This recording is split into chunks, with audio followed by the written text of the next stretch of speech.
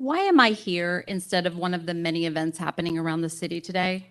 Because we have members of City Council who know if they can't control how we vote in our local elections, they won't be able to secure their seats in 2024.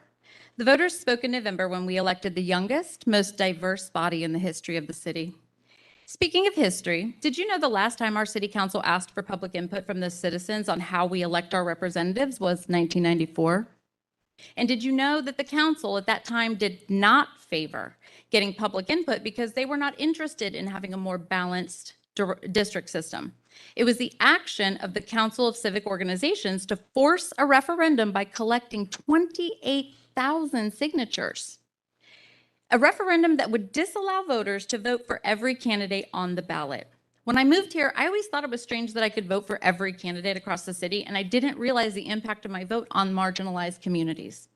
In the 1994 referendum that was passed with a clear majority of 52.7%, but the city council didn't like what the majority said, so they worked with their state senator and delegates to subvert the people's will by holding another referendum in 1996. They rewrote the 1994 referendum using ambiguous language to confuse the voter. This is how they worded it. Follow along. If you wish to vote for all 11 council seats, vote yes. If you prefer to vote only for 5 of the 11 council seats, vote no. As a voter in District 6, I should not have sway or say in any other district.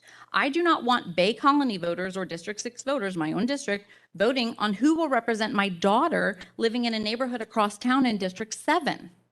It has been almost 30 years since this happened, and it took a federal lawsuit to put a fair and balanced voting system in place. And yet again, we have members of the city council trying to overturn the court's decision.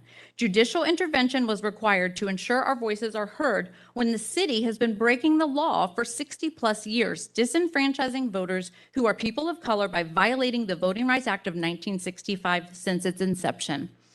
Don't allow politicians to tell you they fear tribalism and having some at-large members will prevent that. The reason politicians want some at-large seats is so they can galvanize a specific base of voters to elect the same cronies that have been working for oceanfront developers and special interests.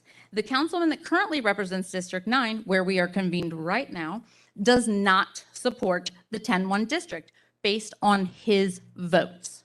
So if you are a strong proponent of 10-1 and you live in District 9, please be sure to let Josh Roman know how you feel.